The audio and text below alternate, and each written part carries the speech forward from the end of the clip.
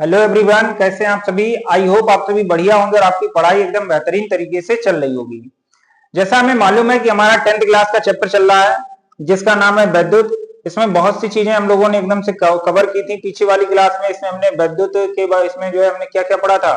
आवेश के बारे में पढ़ा था, आवेश के प्रकार पढ़े थे, इसके गुण पढ़े थे, इसका क्वांटम सिद्धांत पढ़ा था, इसका संरक्षण सिद्धांत पढ़ा था। ठीक है।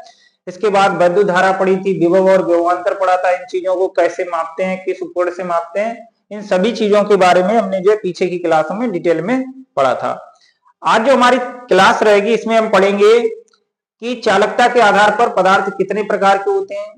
तो चालकता का मतलब होता है पदार्थों का वर्गीकरण पढ़ना है कि जितने भी पदार्थ हमें ये दिख रहे हैं ये कितने प्रकार के होते हैं, वो भी हमें किसके आधार पर, चालकता के आधार पर।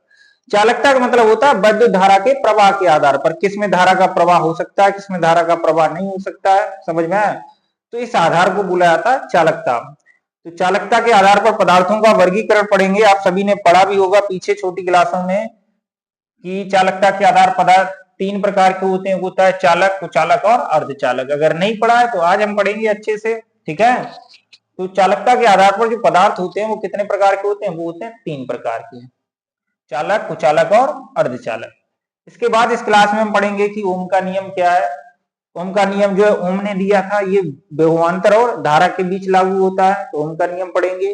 प्रतिरोध पढ़ेंगे क्या है, प्रतिरोध का मात्रक पढ़ेंगे क्या है, प्रतिरोध की मात्रक की परिभाषा पढ़ेंगे कि प्रतिरोध की मात्रक की क्या परिभाषा लिख सकते हैं बोर्ड परीक्षा में आए तो। ठीक है। इसके बाद हम पढ़ेंगे विशिष्ट प्रतिरोध या प्रतिरोधकता, ग्राफ भी बनाएंगे प्रतिरोध और विभवांतर की भी जो है सभी चीजें पढ़ेंगे। पहले एकदम से थोड़ा थोड़ा समझेंगे, इसके बाद लिखेंगे। देखो इसमें सबसे पहला यही है कि चालकता के आधार पर पदार्थों का वर्गीकरण। तो जो चालकता के आधार पर पदार्थ वर्गीकृत किए गए हैं ये तीन प्रकार से वर्गीकृत किए हैं, ऊपर लिखा भी है और हम इन सभी को एक एक करके समझेंगे। एक होते हैं चालक, एक होते हैं कुचालक, एक होते हैं चालक, एक होते हैं कुचालक और तीसरा क्या होता है, तीसरा होता है अर्धचालक। तो चालकता के आधार पर जो पदार्थ वर्गीकृत किए गए हैं मेरे भाई वो कितने प्रकार से वर्गीकृत किए गए हैं, तीन प्रकार से। एक होते हैं चालक और क्या होते हैं कुचालक और क्या होते हैं अर्धचालक। देखो अब चालक क्या है हमने बताया था पीछे की क्लास में या नहीं बताया था वो छोड़ो, यहाँ पे जो बता रहे हैं वो समझो। देखो जो चालक होते हैं, धारा कौन, धारा किसके कारण प्रवाहित होती है, धारा प्रवाहित होती है मुक्त इलेक्ट्रॉनों के कारण। धारा किसके कारण प्रवाहित होती है, मुक्त इलेक्ट्रॉनों के कारण।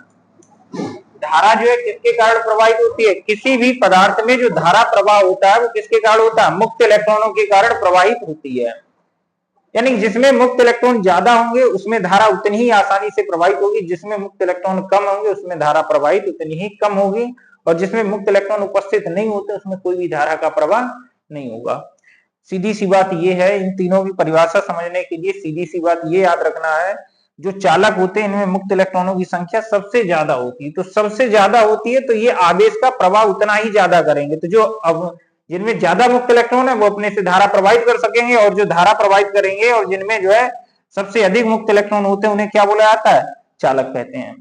इनमें मुक्त इलेक्ट्रॉनों की संख्या नहीं होती है, यानी कि ये आवेश एक स्थान से दूसरे स्थान तक नहीं ले जा सकते। तो इसमें मुक्त इलेक्ट्रॉनों की संख्या नगण्य होती है, यानी कि ना के बराबर होती है, इस वजह से ये धारा का प्रवाह नहीं करते हैं। और जिसमें मुक्त इलेक्ट्रॉनों की संख्या नगण्य होती है वो धारा का प्रवाह नहीं करते हैं, उन्हें क्या बोला जाता है, उन्हें बोला जाता है कुचालक। अगला नंबर आता है अर्धचालक। ये चालक से चालकता इनकी कैसी होती है, कम, और अर्ध कुचालक से कैसी होती है, अधिक होती है। यानी ये कम धारा प्रवाहित करते हैं, चालक से कम और कुचालक से मान लो इनकी चालकता अधिक होगी। अब ये क्यों धारा प्रवाहित करते हैं, क्योंकि सामान्य ताप पर इसके संयोजी बंध क्या हो जाते हैं, टूट जाते हैं, तो इसमें कुछ इलेक्ट्रॉन मुक्त रह जाते हैं, तो इस वजह से ये धारा का प्रवाह करते हैं। तो इतना ही लिख देना है। सबसे पहले क्या लिखना है, चालकता के आधार पर पदार्थों का वर्गीकरण। तो चालकता के आधार पर पदार्थों का वर्गीकरण हेडिंग लिखेंगे मेरे भाई। क्या लिखेंगे यहाँ पे, चालकता के आधार पर पदार्थों का वर्गीकरण। और इसमें हम सबसे पहली हेडिंग लिखेंगे, चालकता के आधार पर पदार्थ तीन प्रकार से वर्गीकृत किए गए हैं।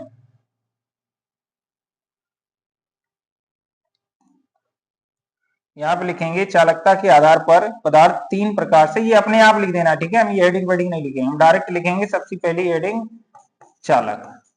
तुम लोग लिख देना चालकता के आधार पर पदार्थों का वर्गीकरण, उसके नीचे लिख देना चालकता के आधार पदार्थ निम्न तीन प्रकार से वर्गीकृत किए गए हैं। और सबसे पहला पॉइंट लिख देना है चालक। तो चालक की परिभाषा लिखेंगे वे पदार्थ जिनमें, अभी हमने बताया वही लिखेंगे, इन तीनों की परिभाषा लिखेंगे, फिर ये बाकी चीजें समझेंगे। लिखेंगे यहाँ पे वे पदार्थ, पहले ये तीनों हम समझ लेंगे, इसके बाद बाकी चीजें समझेंगे वो लिखेंगे। वे पदार्थ जिनमें मुक्त इलेक्ट्रॉनों की संख्या, वे पदार्थ जिनमें मुक्त इलेक्ट्रॉनों की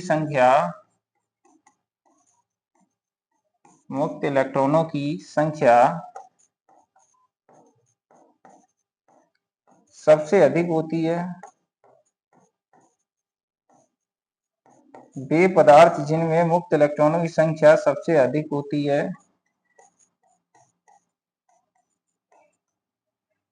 तथा वे पदार्थ जिनमें मुक्त इलेक्ट्रॉनों की संख्या सबसे अधिक होती है तथा जो अपने से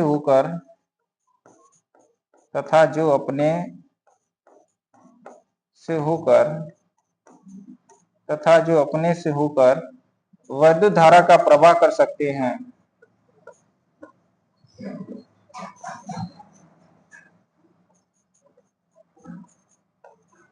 वैद्युत धारा का प्रवाह कर सकते हैं।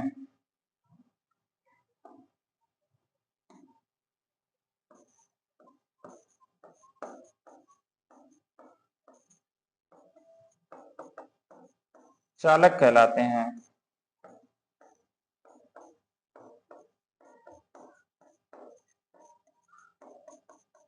तथा जो अपने से होकर वैद्युत धारा का प्रवाह कर सकते हैं वो क्या कहलाते हैं? चालक कहलाते हैं। उदाहरण इनका लिख देंगे। उदाहरण में क्या जाएगा? एल्यूमिनियम हो गया, कॉपर हो गया, आयरन हो गया, ये सब इसके उदाहरण हो जाएंगे। तो लिख देंगे इसमें जैसे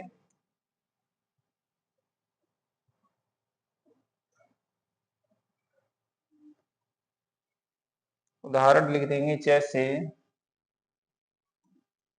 चालक वाले में ही उदाहरण लिखना है, जैसे एल्यूमिनियम, आयरन, कॉपर आदि। प्रतीक चिन्ह लिख दें या वैसे लिख दो, जैसे लिख देंगे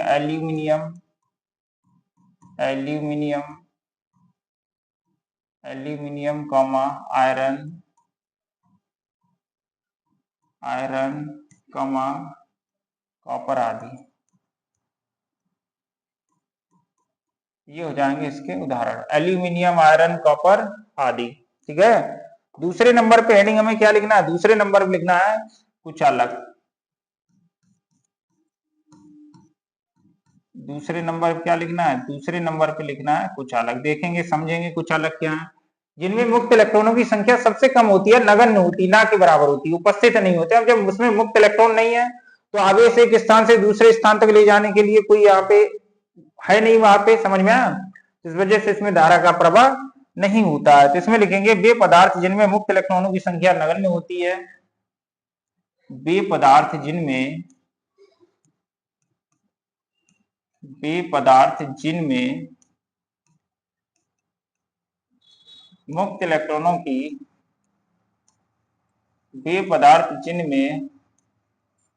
मुक्त इलेक्ट्रॉनों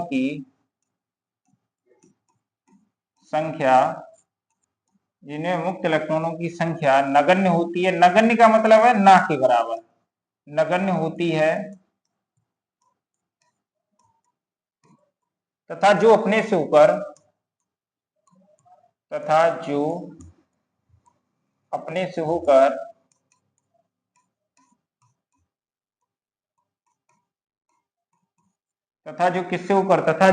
होकर धारा का प्रवाह नहीं कर सकते हैं, धारा का प्रवाह नहीं कर सकते हैं,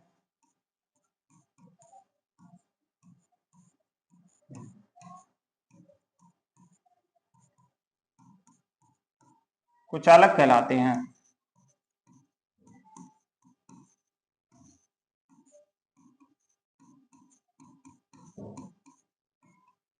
कौन से पदार्थ कहलाते हैं? कुचालक कहलाते हैं। उदाहरण भी लिख देंगे इसमें, जैसे उदाहरण लिख देंगे, जैसे जो धारा का प्रवाह नहीं करते हैं वही लिख देंगे, जैसे कांच हो गया है, कागज हो गया है, कांच कागज हो गया, अभ्रक हो गया है, समझ में आया? सूखी लकड़ी आदि ये सब हो जाएंगे, किसके उदाहरण हो जाएंगे? ये सब कुचालक पदार्थों के उदाहरण हो जाएंगे। ठीक है, अगला हमें लिखना है यहाँ पे अर्धचालक। अर्धचालक, अर्धचालक में क्या होता है? इसमें जो है धारा जो है चालकों से कम प्रभावित होती है और कुचालकों से अधिक, यानी कि इनकी गुण जो है या इनकी चालकता जो है, या ऐसे लिख देंगे वे पदार्थ जिनके गुण जो है चालक, मतलब जिनके गुण कुचालक और चालकों के मध्य में पाए जाते हैं। समझ में आया? या ऐसे लिख देंगे वे पदार्थ जिनकी चालकता चालकों से कम तथा कुचालकों से अधिक होती है। कुछ धारा प्रभावित करते हैं, बहुत सूक्ष्म धारा प्रभावित करते हैं। और ये सूक्ष्म धारा क्यों प्रभावित करते हैं? क्योंकि ये इनके अंदर जो है जो इलेक्ट्रॉन है वो बंधे हुए होते हैं और सामान्य ताप पर कुछ इलेक्ट्रॉन जो है वो क्या हो जाते हैं? मुक्त हो जाते हैं, इनके साथ संयोजी बंध क्या हो जाते हैं? टूट जाते हैं। इस वजह से ये थोड़ी सी धारा प्रभावित करने लगते हैं, इसीलिए इन्हें इनके गुण जो है या उनकी चालकता जो है चालकों से कम हो जाती है और कुचालकों से कैसी हो जाती है? अधिक हो जाती है। कुचालक या अर्धचालक। तो लिखेंगे वे पदार्थ जिनकी चालकता, वे पदार्थ जिनकी चालकता, वे पदार्थ जिनकी चालकता चालकों से कम तथा कुचालकों से कम तथा कुचालकों से अधिक होती है, तथा कुचालकों से अधिक होती है, अर्धचालक कहलाते हैं।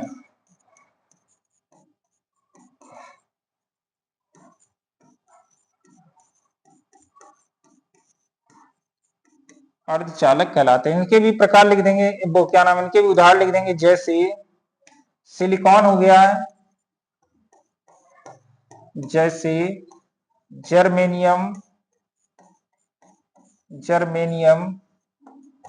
सिलिकॉन, सिलिकॉन आदि।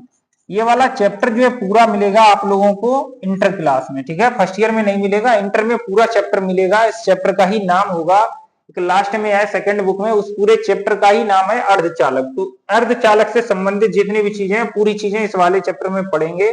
बस हमें इतना थोड़ा सा पढ़ना था तो हमने थोड़ा सा पढ़ लिया, बस हमें थोड़ी सी जानकारी इनके बारे में हो, इस वजह से हमने इनके बारे में जानकारी आप लोगों को दे दी है।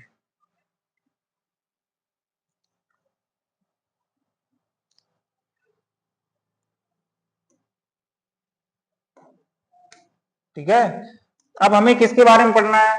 अब हमें पढ़ना है ओम का नियम और प्रतिरोध पढ़ना है और ओम की परिभाषा पढ़नी है। तीन चीजें पढ़नी है, ओम का नियम, प्रतिरोध और ओम की परिभाषा। देखो इधर ओम का नियम क्या है, तो ये हेडिंग यहाँ पे लिखेंगे ओम का नियम।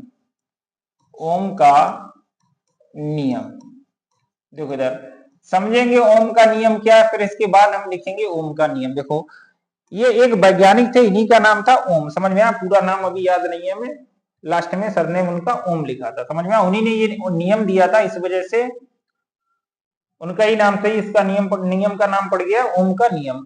इन्होंने ये बताया था कि जो विभवांतर होता है वो धारा के अनुक्रमानुपाती होता है, बस इतनी चीज बताई थी। समझ में आया? इसी चीज को क्या बोल दिया, यानी कि किसी चालक तार के सिरों पर जितना विभवांतर होगा, विभवांतर अधिक होगा तो धारा अधिक प्रवाहित होगी, विभवांतर कम होगा तो धारा कैसी प्रवाहित होगी? कम प्रवाहित होगी। बस इतना पॉइंट बताया था। क्या बताया था? ये चालक तार है, इसका विभवांतर इसके सिरों का अगर ज्यादा है, इसके सिरों का विभवांतर कैसा है? ज्यादा है, तो धारा कैसी होगी? ज्यादा। विभवांतर कम है तो धारा कैसी होगी? कम होगी। यानी विभवांतर का मान बढ़ेगा तो धारा का मान बढ़ेगा, विभवांतर का मान कम होगा तो धारा का मान क्या होगा? कम होगा। सीधी सी बात ये बताई थी। विभवांतर जो धारा के कैसे होता है? अनुक्रमानुपाती, यानी इसका मान बढ़ाएंगे तो इसका मान बढ़ेगा, इसका मान घटाएंगे तो इसका मान क्या होगा? घटेगा। अनुक्रमानुपाती का मतलब यही होता है। ठीक है, एक चीज बढ़ाएंगे दूसरी चीज क्या होगी? बढ़ेगी, एक चीज घटाएंगे तो दूसरी चीज क्या होगी? घटेगी। तो ये पॉइंट बताया था। लेकिन एक कंडीशन बताई थी इन्होंने कि इसकी जो है भौतिक अवस्थाएं ना बदली जाए। इसकी क्या चीज ना बदली जाए? भौतिक अवस्थाएं ना बदली जाए। भौतिक अवस्था का मतलब है तार का जो है ताप ना बदला जाए, तार की जो है अनुप्रस्थ काट का क्षेत्रफल ना बदला जाए। अनुप्रस्थ काट का क्षेत्रफल मतलब क्या होता है? तार की मोटाई ना बदली जाए। तो ये वाला जो है इनका ओम का नियम है। और ओम के नियम में होता क्या है? बी अनुक्रमानुपाती क्या होता है? आई। और एक चीज और याद रखना है, अभी से ये वाली चीज समझ लो, इसे बोला जाता है अनुक्रमानुपाती। इसे क्या बोला जाता है? ये निशान जो है अनुक्रमानुपाती है। एक चीज और है, इसे अनुक्रमानुपाती बोल दिया जाएगा, और ऐसे ए लिखा है, ए अनुक्रमानुपाती है बी, इसे अनुक्रमानुपाती बोला जाता है। हमने सामने लिखे हैं तो क्या बोला है? अनुक्रमानुपाती। और ये चीज अगर अपॉन में लिखी है तो क्या बोला जाएगा? व्युत्क्रमानुपाती। निशान दोनों का एक ही है, अनुक्रमानुपाती व्युत्क्रमानुपाती निशान दोनों का सेम है। अगर आमने सामने लिखा है तो अनुक्रमानुपाती, अगर अपॉन में लिखा है तो वही चीज क्या बोली है? व्युत्क्रमानुपाती। ए व्युत्क्रमानुपाती बी, ए अनुक्रमानुपाती बी, निशान सेम है। अगर बराबर लिखा है तब तो अनुक्रमानुपाती पढ़ा जाए, अगर अपॉन में लिखा है तब क्या पढ़ा जाए? व्युत्क्रमानुपाती। ठीक है, चाहे ये निशान हो चाहे ये निशान हो, ये जब निशान हटेगा यहां से तो एक नियतांक का, वो एक निशान जब हटेगा तो इसकी जगह पे बराबर आता है। ये याद रखना, समझ में? ये 9th में भी अभी हमने स्टार्ट में पढ़ा होगा, गुरुत्वाकर्षण बल में गुरुत्वाकर्षण का नियम पढ़ा था, वहां पे पढ़ा होगा। ठीक है, तो जब भी अनुक्रमानुपाती का निशान आता है उसकी जगह पे बराबर का निशान आएगा, एक नियतांक आएगा, वो अलग अलग नियम में नियतांक जो आएगा वो कैसा आएगा? अलग अलग आएगा। देखो जरा, तो ये निशान हटेगा, एक नियतांक आएगा, और नियतांक जो है यहाँ पे क्या रहा? बी बराबर आई और इंटू क्या रहा? आर, यानी कि उधर वाले मान में एक नियतांक का गुणा हो जाएगा। जैसे गुरुत्वाकर्षण बल वाले चैप्टर में पढ़ा होगा, वहां पे जो नियतांक आया था उसे किससे प्रदर्शित किया था? जी से। यहाँ पे जो नियतांक आया उसे किससे प्रदर्शित करते हैं? आर से। तो अलग अलग नियम में नियतांक को हम अलग अलग प्रदर्शित करते हैं। यहाँ पे नियतांक को किससे प्रदर्शित करेंगे? आर से। तो ओम का नियम क्या हो गया? ओम का नियम हो गया है V बराबर आई आर। V बराबर क्या हो गया? आई आर, जहां आर एक अनुक्रमानुपाती नियतांक है जिसे तार का बोला जाता है प्रतिरोध। तो बस इतना लिखना है। लिखेंगे यहाँ पे किसी चालक तार में प्रवाहित धारा या किसी चालक तार के सिरों पर आरोपित वोल्टेज या विभवांतर, किसी ओम के नियम में लिखेंगे किसी चालक तार के सिरों पर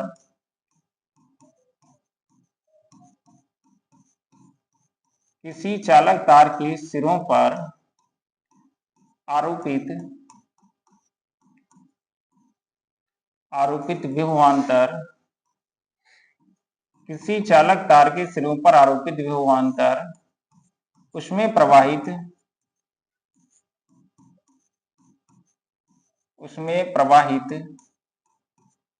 धारा के अनुक्रमानुपाती होता है।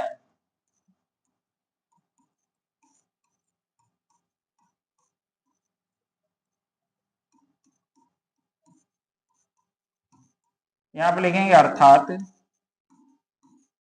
V जो है वो अनुक्रमानुपाती किसके? आई के। और अभी हमने बताया था जब भी अनुक्रमानुपाती का निशान हटेगा तो एक नियतांक आएगा, उस नियतांक को किससे प्रदर्शित करेंगे? आई से, वो आर से। तो V बराबर क्या हो जाएगा? I R. तो विभवांतर का ये फार्मूला याद रखना, विभवांतर V बराबर क्या होता है? I R. अगर आई का मान दिया गया, आर का मान दिया गया, तो विभवांतर का फार्मूला क्या हो जाएगा? V बराबर आई आर। अब यहाँ पे लिख देंगे जहां आर एक अनुक्रमानुपाती नियतांक है, जो ये आया है वो अनुक्रमानुपाती नियतांक की जगह पे, मतलब अनुक्रमानुपाती के निशान की जगह पे आया, तो इसे बोला जाता है अनुक्रमानुपाती नियतांक। और इस अनुक्रमानुपाती के नियतांक का मान जो है इससे क्या बोला जाता है? चालक तार का प्रतिरोध। तो ये चीज लिख देंगे, जहां आर एक जो अनुक्रमानुपाती नियतांक की जगह पे, जो अनुक्रमानुपाती के निशान की जगह पे जो मतलब जो भी राशि आती है उसे बोला जाता है अनुक्रमानुपाती नियतांक। तो ये चीज लिख देंगे, जहां आर एक अनुक्रमानुपाती जहां आर एक अनुक्रमानुपाती नियतांक है, जिसे चालक तार का प्रतिरोध कहते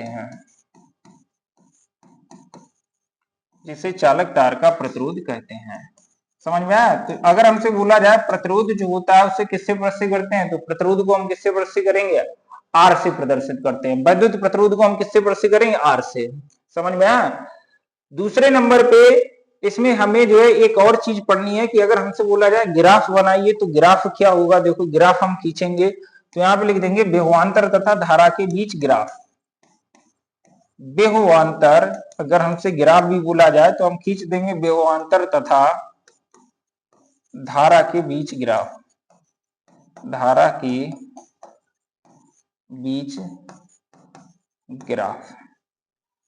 विभवांतर और किसके बीच ग्राफ खींचेंगे, धारा के बीच ग्राफ। देखो इधर 9th में पढ़े भी होंगे, ग्राफ जो है वेग समय ग्राफ समझ में आया, और दूरी समय ग्राफ 9th में पहले ही चैप्टर में है।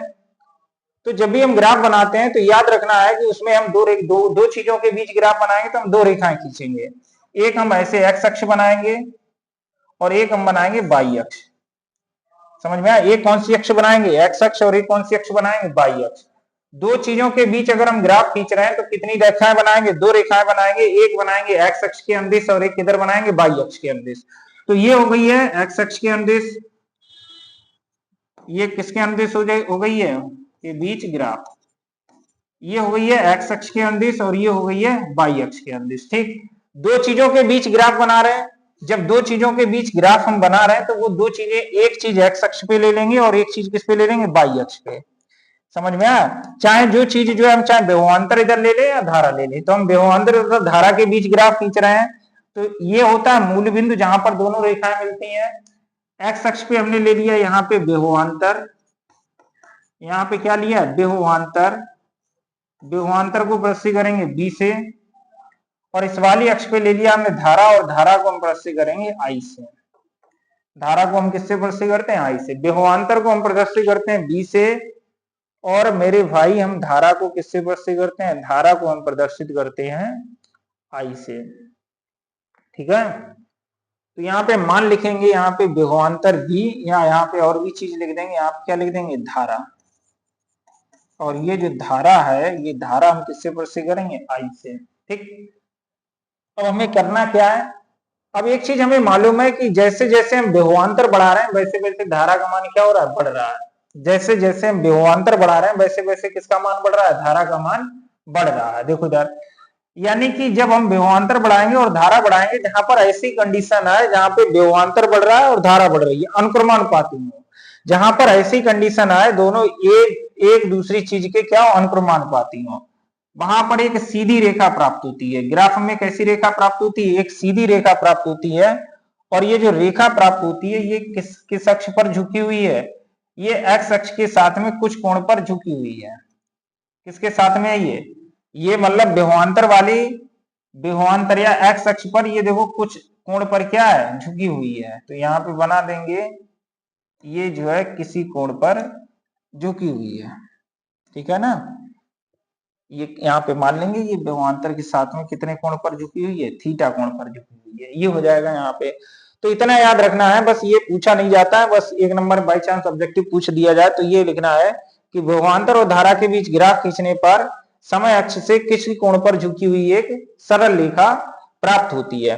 अब इसमें एक चीज हमें दिख रहा है, देखो इधर, अगर यहाँ पे हम ऐसे करके लाइन, अब ये सीधी रेखा क्यों प्राप्त होती है, ये वाली चीज भी समझ लो कि यहाँ पे ये सीधी रेखा प्राप्त क्यों होती है। समझ में आया, ये सीधी रेखा हमें क्यों प्राप्त होती है ये समझ लेना। देखो इस वजह से ये रेखा ऐसी प्राप्त होती है क्योंकि जितना हम विभवांतर बढ़ाएंगे, देखो यहाँ पे विभवांतर है इतना है, जितना विभवांतर बढ़ाएंगे उतना क्या बढ़ रही है, धारा बढ़ रही है। इस वजह से यहाँ पे जो रेखा प्राप्त होगी वो कैसी रेखा प्राप्त होती है, सरल रेखा प्राप्त होती है।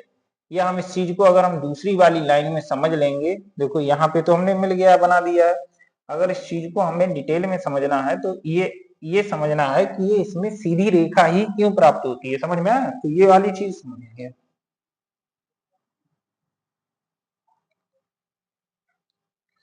कि यहाँ पे ऐसी ही रेखा क्यों प्राप्त होती है इस टाइप से।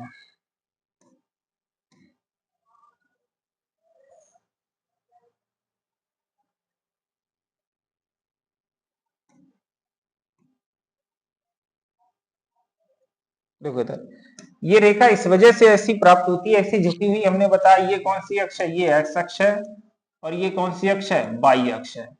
अभी हमने धारा, ये है मूल बिंदु, से ओ से प्रस्तुत करते हैं, इसे क्या बोला जाता है, मूल बिंदु। अभी धारा मतलब ये धारा हमने प्रवाहित नहीं की है, विभवांतर नहीं है, विभवांतर 0 है, धारा कितनी है, 0 है। विभवांतर बढ़ाया, ये इस वाली अक्ष पे क्या है, इस वाली अक्ष पे है विभवांतर, और विभवांतर को हम किससे प्रस्तुत करेंगे, बी से। इस वाली अक्ष पे क्या है, धारा, धारा को हम किससे प्रस्तुत करेंगे, आई से। इस वाली अक्ष पे विभवांतर है, उस वाली अक्ष पे क्या है, धारा। विभवांतर को बी से प्रस्तुत करेंगे, धारा को हम किससे प्रस्तुत करेंगे, आई से। देखो इधर क्यों इसमें जो है धारा का मान जो है ऐसी रेखा प्राप्त होती है, क्योंकि विभवांतर अगर हम बढ़ाएंगे, यहाँ पे विभवांतर इतना बढ़ाया तो ये इतना बढ़ेगी, समान समान बढ़ेगा। यहाँ पे दोनों चीजें क्या है, जीरो है। विभवांतर बढ़ाना स्टार्ट किया, विभवांतर यहाँ पे हो गया, धारा इतनी बढ़ेगी, समान समान बढ़ेगी, अनुक्रमानुपाती है। तो ये वाला और ये वाला पॉइंट मिलाएंगे, आमने सामने यहाँ पे आएगा।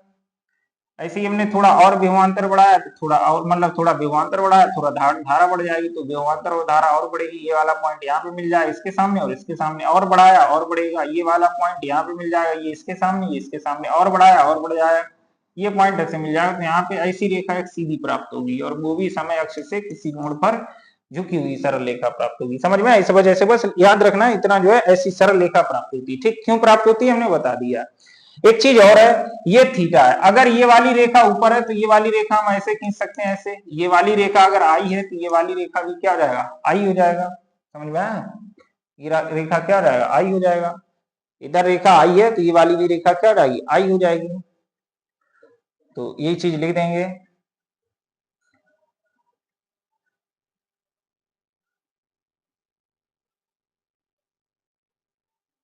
ठीक है, यहाँ पे आई है, वो इधर आई है तो ये वाला भी आई हो जाएगा। बस इतना याद रखना है, ठीक है, या यहीं तक छोड़ देना है। तो इतना पॉइंट हमें याद रखना है, ठीक है। एक चीज और यहाँ पे लिख देना है कि जो आई है वो बराबर होता है टेन थीटा के। यहाँ पे एक और पॉइंट लिख देना, ये हो जाएगा टेन थीटा के बराबर। वो बराबर क्या रहा है, आर के। इस वाले ग्राफ से ये आर जो है वो किसके बराबर हो जाएगा, टेन थीटा के। पूछा नहीं जाता, वैसे याद रखना है। अगर हमसे बोला है प्रवणता, ये टेन थीटा बोला है प्रवणता, तो वेग समय ग्राफ की जो विभवांतर धारा, विभवांतर तथा धारा के बीच जो ग्राफ बना, इसकी प्रवणता जो है किसके बराबर होगी, प्रतिरोध के बराबर होगी। तो आर अगर हमसे थीटा का मान दे दिया जाए और प्रतिरोध पूछा जाए तो आर बराबर क्या रहा है, टेन थीटा, या आर बराबर यहां से निकालेंगे क्या जाएगा, बी अपॉन आई। एक चीज और हमें लिखना है, क्योंकि है तो इसमें थोड़ा और डिटेल में, वो इतना है नहीं अपने सिविल सिलेबस में, वो हमें आगे पढ़ना है। देखो अगली हेडिंग हमें लिखना है प्रतिरोध, वैद्युत प्रतिरोध। अब हमें प्रतिरोध के बारे में पढ़ना है कि वैद्युत प्रतिरोध जो है वो क्या होता है। इसके बाद हम पढ़ेंगे प्रतिरोध को प्रभावित करने वाले कारक। देखो प्रतिरोध क्या है, ये हमने बताया था, जहां आर एक अनुक्रमानुपाती नियतांक है जिसे चालक तार का क्या बोला जाता है, प्रतिरोध। तो प्रतिरोध आर बराबर अगर हम लिखना चाहेंगे, प्रतिरोध को हमें पता लग गया, आर से प्रस्तुत करते हैं, आर बराबर अगर लिखना चाहेंगे तो आर बराबर क्या हो जाएगा, बी अपॉन आई। इस वाले फॉर्मूले से अगर आर का मान निकालेंगे तो आर बराबर क्या हो रहा है, इधर बी है, ये आई का इधर गुणा है, इधर क्या हो रहा है, भाग। तो आर बराबर क्या हो रहा है, बी अपॉन आई। बी क्या है, चालक तार के सिरों पर विभवांतर, चालक तार के सिरों पर विभवांतर तथा उसमें प्रवाहित धारा। समझ में? इसका जो अनुपात है वो क्या बोला जाए, चालक तार का प्रतिरोध। ये हमारे पास कोई तार है, इसमें धारा प्रवाहित हो रही है, इसके सिरों का विभवांतर हमने मान लिया द्वि है, या इसके सिरों पर विभवांतर मान लिया 5 वोल्ट है, और इसमें जो धारा प्रवाहित हो रही है वो मान लिया 2 एम्पियर है। तो विभवांतर में धारा का अनुपात दे देंगे, इनका जो भाग दे देंगे, तो इस अनुपात को क्या बोला जाएगा, चालक तार का प्रतिरोध। प्रतिरोध को हम किससे प्रस्तुत करते हैं, आर से। और प्रतिरोध जो है चालक तार का ऐसा गुण होता है, किसी चालक तार का अगर हम प्रतिरोध निकालेंगे तो प्रतिरोध जो है ऐसा गुण होता है जो चालक तार में प्रवाहित धारा का क्या करता है, विरोध करता है। अगर इस तार का प्रतिरोध ज्यादा निकल के आया है तो इसमें धारा का विरोध करने वाला गुण ज्यादा है। प्रतिरोध का मतलब क्या होता है, धारा का विरोध करने वाला गुण। तो ये भी लिख सकते हैं परिभाषा में, ये किसी चालक तार का ऐसा गुण होता है जो उसमें प्रवाहित धारा का क्या करता है, विरोध करता है। यानी कि ये धारा को कम करने का प्रयास करता है। धारा जो है क्या करेगा, जिसका प्रतिरोध ज्यादा होगा उसमें धारा कम प्रवाहित होगी। तो ये लिख देंगे, किसी चालक तार के सिरों पर आरोपित विभवांतर, क्योंकि आर बराबर हमने बताया, आर बराबर क्या, बी अपॉन आई। आर बराबर क्या, बी अपॉन आई। तो बी अपॉन आई, बी क्या है, प्रतिरोध, चालक तार के सिरों पर विभवांतर। तो यही चीज लिख देंगे, किसी चालक तार के सिरों पर, किसी चालक तार के सिरों पर, किसी चालक तार के सिरों पर आरोपित विभवांतर, आरोपित मतलब लगने वाला, टोटल कितना विभवांतर है, आरोपित विभवांतर, किसी चालक तार के सिरों पर आरोपित विभवांतर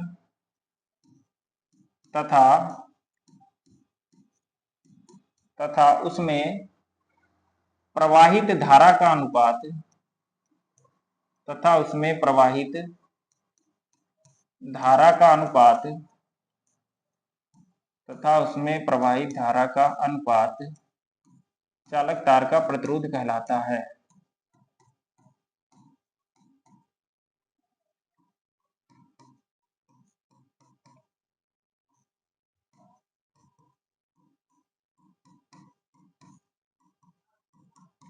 यह तार का ऐसा गुण होता है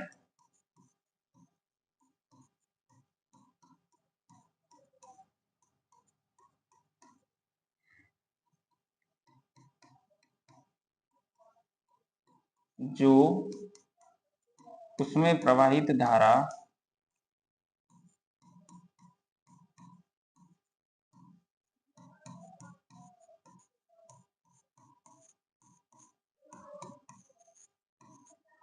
जो उसमें प्रवाहित धारा क्या क्या करता है, धारा का, जो उसमें प्रवाहित धारा का विरोध करता है। कौन विरोध करता है?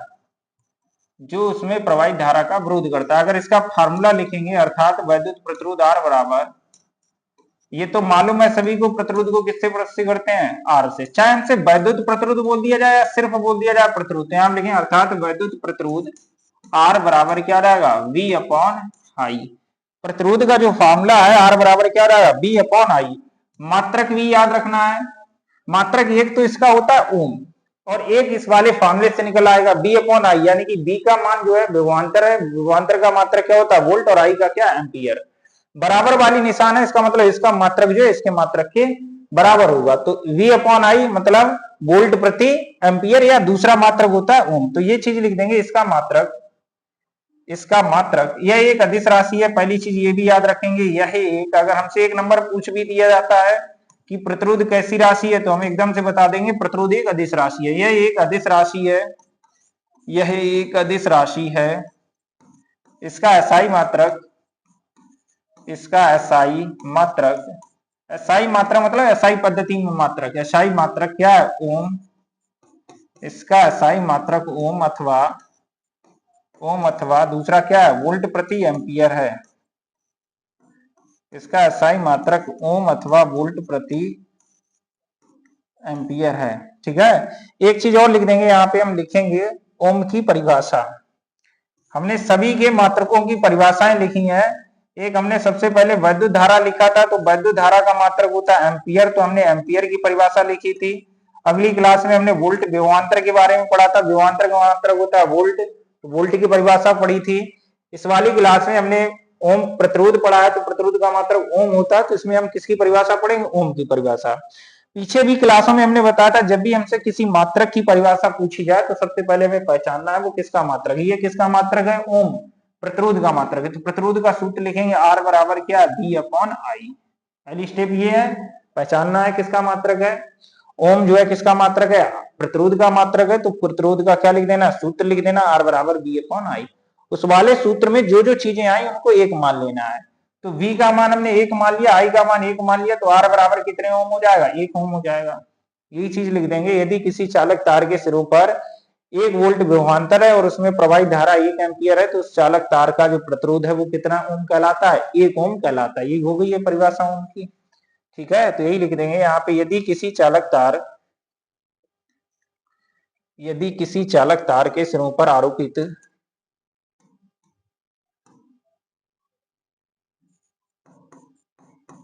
यदि किसी चालक तार के यदि किसी चालक तार के सिरों पर आरोपित विभवांतर, यदि किसी चालक तार के सिरों पर आरोपित विभवांतर 1 वोल्ट तथा उसमें प्रवाहित धारा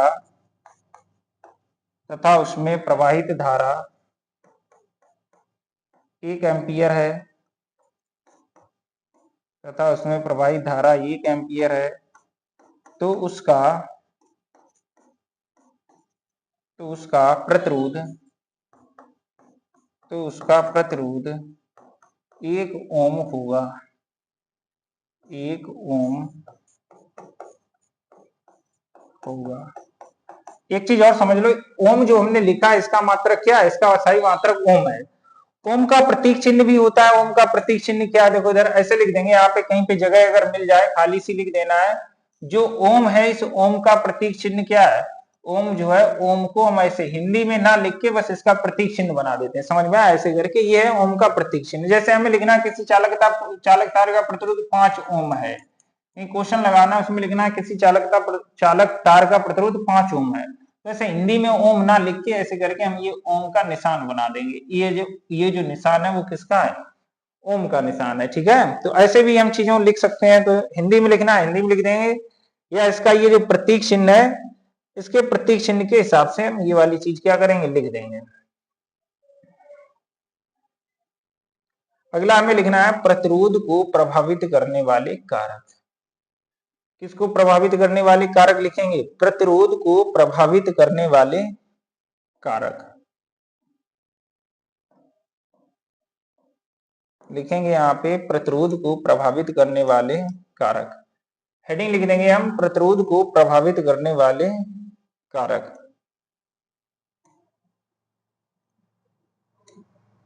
देख लें एक बार रिकॉर्ड हो रहा है कि नहीं भी हो रहा है, ऐसे ही हम कर रहे हैं, समझ में आया? एक बार बंद हो गया था, ऐसे ही हम पूरी क्लास पढ़ाते रहे थे, एक बार देख लें।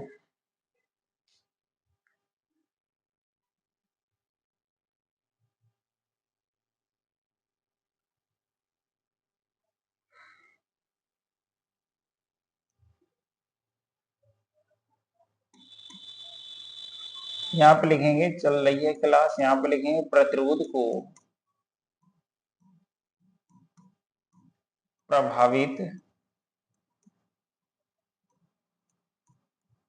करने वाले कारक। देखो इधर प्रतिरोध को प्रभावित करने वाले कारक क्या क्या है, इसमें लिख देना है प्रतिरोध को निम्नलिखित कारक प्रभावित करते हैं। प्रतिरोध को निम्नलिखित कारक प्रभावित करते हैं, अपने आप कॉपी में लिख देना है, वो चीजें नहीं लिखेंगे हम। तो प्रतिरोध को कौन कौन से कारक प्रभावित करते हैं? एक तो नंबर 1 लिख देना है, लंबाई प्रभावित करती है, लंबाई। दूसरे लिख देना है अनुप्रस्थ काट का क्षेत्रफल, चालक तार के अनुप्रस्थ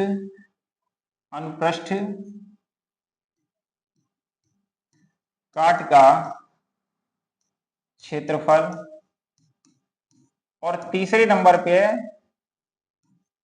चालक तार की प्रकृति।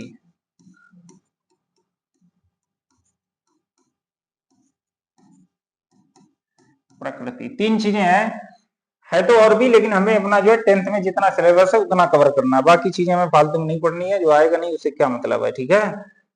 तो प्रतिरोध को कौन कौन से कारक प्रभावित करते हैं? एक लंबाई जो है, एक अनुप्रस्थ काट का क्षेत्रफल, और एक चालक तार की प्रकृति। पहले नंबर पे लंबाई है, तो लंबाई जो है चालक तार के प्रतिरोध के अनुक्रमानुपाती होती है। लंबाई जो है वो चालक तार के प्रतिरोध के कैसे होती है? अनुक्रमानुपाती होती है। यानी किसी तार की लंबाई बढ़ाएंगे तो उसका प्रतिरोध क्या हो जाएगा? बढ़ जाएगा। जैसे कि हमारे पास एक तार ये है, यहाँ पे ये क्या है? तार है। ये क्या है? यहाँ पे तार है, ठीक है। तो इस तार में अभी ये छोटा तार है, धारा इसमें प्रवाहित हो रही है 10 एम्पियर की। धारा कितनी प्रवाहित हो गई? 10 एम्पियर की। यही तार जो है, हमने यही वाला तार जो है बढ़ा दिया, इतना बड़ा कर दिया। तार पहले छोटा था और लंबाई अब हमने क्या कर दी है? तार की लंबाई जो है हमने क्या कर दी है? बढ़ा दी है। पहले भी 10 एम्पियर धारा प्रवाहित हो रही थी, अब जो है धारा कैसी हो जाएगी? कम हो जाएगी। अब 10 नहीं रहेगी, अब धारा का मान क्या रहेगा? कम हो जाएगा। धारा का मान कैसा हो जाएगा? कम हो जाएगा। पहले 10 एम्पियर थी, अब हमने लंबाई अगर ज्यादा दूर तक ले जाएंगे, पहले हम पास में ही ले जा रहे थे तब धारा तो हमें 10 मिल रही थी, लेकिन धारा हमारे पास 10 ही आ रही है, यहाँ पे 10 धारा जो आ रही है, तो हमने अगर लंबाई बढ़ा दी है तो धारा का मान क्या हो जाएगा? कम हो जाएगा। ज्यादा दूर तक लाइन खींचते ले जाएंगे तो धारा का मान क्या हो जाएगा? कम हो जाएगा। धारा का मान कम कौन करता है? धारा का विरोध कौन करता है? वो करता है प्रतिरोध। और धारा का मान कम तब होगा जब प्रतिरोध का मान कैसा होगा?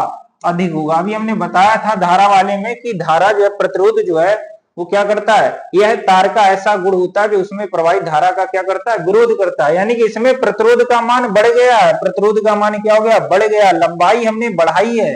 क्या चीज बढ़ाई है? लंबाई बढ़ाई है। और लंबाई बढ़ाने पर प्रतिरोध का मान क्या हो गया? प्रतिरोध का मान जो है वो बढ़ गया। और प्रतिरोध का मान बढ़ा है, इसीलिए धारा का मान क्या हो गया? कम हो गया। तो ये पॉइंट याद रखना है कि लंबाई जो प्रतिरोध जो होता है वो तार की लंबाई के अनुक्रमानुपाती होगा। लंबाई बढ़ाएंगे प्रतिरोध बढ़ जाएगा, प्रतिरोध बढ़ जाएगा, इसका मतलब जो है धारा का मान क्या हो जाएगा? कम हो जाएगा। तो पहला पॉइंट ये याद रखना है। दूसरा नंबर ये याद रखना है क्षेत्रफल, अनुप्रस्थ काट का क्षेत्रफल।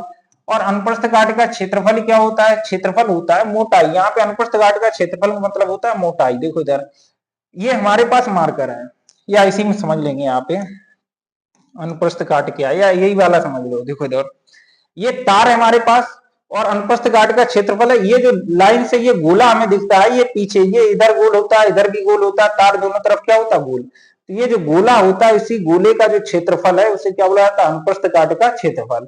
अगर अनुप्रस्थ काट का क्षेत्रफल ज्यादा होगा, यानी इधर वाला गोला ज्यादा हो जाएगा, तो तार ज्यादा मोटा होगा। समझ में आया? तार ज्यादा मोटा हो जाएगा, धारा का मान क्या हो जाएगा? धारा का मान बढ़ जाएगा। समझ में आया? अगर हम क्षेत्रफल का मान बढ़ा रहे हैं, ए का मान क्या कर रहे हैं? अधिक कर रहे हैं। तार अगर मोटा हो रहा है तो धारा का मान क्या हो रहा है? अधिक हो जाएगा। जितना मोटा तार होगा, देखा होगा छोटी सी धारा प्रोवाइड करनी है, कम धारा, एक बल्ब जलाना है, तार पतला सा ले लेंगे। समर चलानी है, तार मोटा लेना। मोटा क्यों लेना? क्योंकि धारा ज्यादा है। समझ में आया? तो अगर हमने ए का मान अधिक किया है तो धारा का मान क्या है? अधिक हो जाएगा। धारा का मान अधिक हो गया, इसका मतलब प्रतिरोध का मान कैसा हो गया? कम। समझ में आया? प्रतिरोध कम हो गया है, धारा का विरोध कम हो रहा है, धारा का विरोध कम हो रहा है, धारा का विरोध कम हो रहा है, इसका मतलब प्रतिरोध का मान कैसा है? कम है। तो ये अपोजिट है। तो अगर जो है क्षेत्रफल का मान हम बढ़ा रहे हैं, क्षेत्रफल का मान बढ़ा रहे हैं, तो प्रतिरोध का मान क्या हो रहा है? कम हो रहा है। इसका मतलब जो है, इसका मतलब ये है कि जो है क्षेत्रफल जो है अनुप्रस्थ काट का क्षेत्रफल जो है प्रतिरोध के कैसा होता है? व्युत्क्रमानुपाती होता है। व्युत्क्रमानुपाती का मतलब क्या है? ए का मान बढ़ा रहे हैं, आर का मान कम हो रहा है, अभी हमने पीछे बताया था। ठीक है, तो 2 पॉइंट ये हो जाएंगे। यहाँ पे आर जो है वो व्युत्क्रमानुपाती किसके होता है? ए के। आर व्युत्क्रमानुपाती किसके? ए के। ठीक है, तीसरा और याद रखना है। क्या याद रखना है? तीसरा, चालक तार की प्रकृति। तीसरा क्या? चालक तार की प्रकृति। तीसरा याद रखना, चालक तार की प्रकृति। देखो इधर चालक तार की प्रकृति क्या है? अलग अलग तार होते हैं तो अलग अलग चालक तार का प्रतिरोध कैसा होता है? अलग अलग होता है। जैसे कि एक हमारे पास ये तार है, ये हमारे पास है तार आयरन का। ये तार हमारे पास किसका है? आयरन का है। और ये हमारे पास दूसरा तार है, और ये दूसरा तार जो है वो हमारे पास है कॉपर का। समझ में आया? ये है आयरन का, ये किसका है? कॉपर का है। जितनी इसकी मोटाई है, जिसकी आयरन वाले तार की मोटाई है, उतनी ही कॉपर वाले तार की मोटाई है। जितनी लंबाई जो है आयरन वाले तार की, उतनी लंबाई जो है कॉपर वाले तार की। यानी आयरन और कॉपर की लंबाइयां बराबर है, मोटाइयां बराबर, लेकिन अलग अलग तार अलग है, तो इसका प्रतिरोध अलग होगा, आयरन का प्रतिरोध अलग होगा, कॉपर का प्रतिरोध अलग होगा। समझ में आया? तो प्रकृति का मतलब ये है कि अलग अलग तार का जो है प्रतिरोध जो होता है वो कैसा होता है? अलग अलग होता है। समझ में आया? अलग अलग तार का जो प्रतिरोध होता है मेरे भाई, वो कैसा होता है? अलग अलग होता है।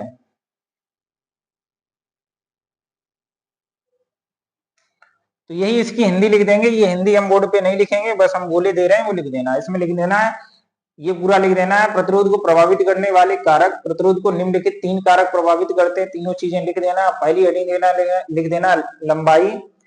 तो चालक तार का प्रतिरोध उसकी लंबाई के अनुक्रमानुपाती होता है, अर्थात करके ये लिख देना, अर्थात आर अनुक्रमानुपाती एल। ठीक। दूसरे नंबर पर लिख देना है क्षेत्रफल पर, तो चालक तार का प्रतिरोध जो है उसके अनुप्रस्थ काट के क्षेत्रफल के कैसा होता है? व्युत्क्रमानुपाती होता है, अर्थात करके लिख देना, अर्थात आर व्युत्क्रमानुपाती ए। ठीक। तीसरे पर लिख देना चालक तार की प्रकृति पर, यहां पे लिख देना है किसी चालक तार का प्रतिरोध जो है उसकी प्रकृति पर निर्भर करता है, अर्थात अलग अलग चालक तारों की समान लंबाइयां होने पर भी उनका प्रतिरोध कैसा होता है? अलग अलग होता है। समान लंबाई तथा समान अनुप्रस्थ काट का क्षेत्रफल होने पर भी उसका जो प्रतिरोध कैसा होता है? अलग अलग होता है। तो ये चीज जो है यहाँ पे लिख देना है। ठीक है। अगला एक और पॉइंट इस वाली क्लास में हमें पूछा है, विशिष्ट प्रतिरोध अथवा प्रतिरोधकता। विशिष्ट प्रतिरोध, ये लास्ट पॉइंट है हमारा इस क्लास का। इसमें लिख देंगे विशिष्ट प्रतिरोध, अथवा इसका नाम है विशिष्ट प्रतिरोध अथवा प्रतिरोधकता। प्रतिरोधकता क्योंकि था विशिष्ट प्रतिरोध अथवा प्रतिरोधकता। पहली चीज तो यही हो पता कि इसे किससे प्रदर्शित करते हैं। जैसे प्रतिरोध को हम आर से प्रदर्शित करते हैं, वैद्युत धारा को आई से प्रदर्शित करते हैं, विभव और विभवांतर को वी से प्रदर्शित करते हैं, क्षेत्रफल को ए से प्रदर्शित करते हैं, लंबाई को एल से प्रदर्शित करते हैं। इसी प्रकार विशिष्ट प्रतिरोध या प्रतिरोधकता को किससे प्रदर्शित करते हैं? रो से। विशिष्ट प्रतिरोध या प्रतिरोधकता को हम किससे प्रस्तुत करते हैं? रो से। देखो रो बराबर होता है आर ए अपॉन एल। इसका जो मात्रक होता है रो बराबर, इसका जो सूत्र होता है रो बराबर क्या होता है? R A upon L. समझ में आया? रो बराबर क्या? R A upon L. अब ये रो का मान यहां से इसी वाले इसके जो है फॉर्मूले से ही इसकी परिभाषा लिखेंगे। पहली चीज ये पता, विशिष्ट प्रतिरोध या प्रतिरोधकता को किससे प्रस्तुत करते हैं? रो से। ये प्रतीक चिन्ह है और इसे क्या बोला जाता है? इसे बोला जाता है रो। जिसे रो से प्रस्तुत करते हैं, रो का फॉर्मूला क्या होता है? रो बराबर आर ए अपॉन एल। इसी से इसकी परिभाषा लिखेंगे। कैसे लिखेंगे? अगर हम ए बराबर मान लें 1 और एल बराबर 1 मान लें तो रो बराबर किसके हो जाएगा? आर के बराबर हो जाएगा। रो बराबर किसके हो जाएगा? आर के। यहीं से परिभाषा लिख देंगे। परिभाषा हम बाद में लिखेंगे। सबसे पहले तो चीज हमें ये समझना है कि ये आया कैसे। ये आया यहां से, क्योंकि हमें मालूम है कि आर जो है वो लंबाई के कैसे है? अनुक्रमानुपाती है। आर जो है वो लंबाई के कैसे है? अनुक्रमानुपाती है। और अनुक्रमानुपाती हम ऐसे लिखेंगे, आर जो है वो अनुक्रमानुपाती किसके? एल से। और आर जो है व्युत्क्रमानुपाती किसके? आर जो है व्युत्क्रमानुपाती है ए के। ये समीकरण एक है, ये समीकरण दो। ये दो अलग अलग बातें लिखी, इन दोनों बातों को एक साथ अगर लिखेंगे तो आर अनुक्रमानुपाती के निशान लगेगा, आर एल ऊपर है, ये नीचे है, यही आएगा। आर अनुक्रमानुपाती क्या हो जाएगा? एल अपॉन ए। और जब भी अनुक्रमानुपाती के निशान हटाते हैं, अभी हमने पीछे ही बताया था कि जब भी हम अनुक्रमानुपाती के निशान हटाते हैं तो क्या आता है? बराबर का निशान आता है, एक नियतांक आता है, और अलग अलग नियम में वो नियतांक अलग अलग आता है। यहाँ पे जो नियतांक आता है उसे किससे प्रस्तुत करेंगे? रो से। तो आर बराबर हो जाएगा रो एल अपॉन ए। तो अगर यहाँ से रो का मान निकालेंगे तो रो बराबर क्या हो जाएगा? R A upon L. क्या हो जाएगा? रो बराबर आर ए अपॉन एल। यहां से ये आया है रो बराबर आर ए अपॉन एल। तो इतना याद रखना है, विशिष्ट प्रतिरोध को किससे प्रस्तुत करते हैं? विशिष्ट प्रतिरोध या प्रतिरोधकता को हम किससे प्रस्तुत करते हैं? रो से। और रो बराबर क्या होता है? रो बराबर होता है आर ए अपॉन एल। अब रो बराबर आर ए अपॉन एल है तो ए बराबर 1 मान लें, एल बराबर 1 मान लें, तो चालक तार का जो प्रतिरोध है उसी को क्या बोल दिया जाएगा? विशिष्ट प्रतिरोध या प्रतिरोधकता। ठीक। कब विशिष्ट प्रतिरोध या प्रतिरोधकता जो तार की है वो प्रतिरोध के बराबर कब हो जाएगी? जब जो है उसके जो है लंबाई 1 मान ले, अनुप्रस्थ काट का क्षेत्रफल 1 मान ले। तो ये लिख देंगे, एकांक लंबाई तथा एकांक क्षेत्रफल वाले तार का प्रतिरोध जो है क्या कहलाता है? उसका विशिष्ट प्रतिरोध या प्रतिरोधकता कहलाता है। या इससे जो है किससे प्रस्तुत करते हैं? रो से प्रस्तुत करते हैं। लिख देंगे इसमें, एकांक लंबाई तथा एकांक लंबाई तथा एकांक लंबाई तथा एकांक अनुप्रस्थ काट के क्षेत्रफल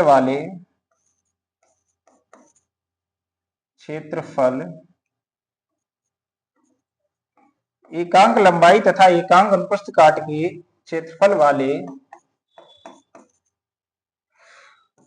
तार के प्रतिरोध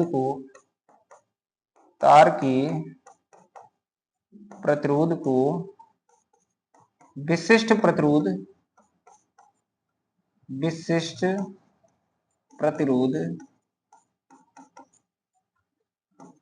या प्रतिरोधकता कहते हैं। विशिष्ट प्रतिरोध या प्रतिरोधकता कहते हैं। इसे रो से प्रदर्शित करते हैं। इसे रो से, ये रो का प्रतीक चिन्ह है, रो से प्रदर्शित करते हैं।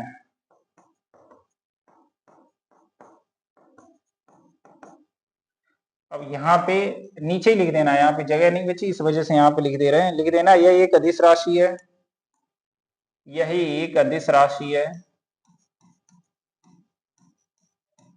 यह एक अदिश राशि है। इसका मात्रक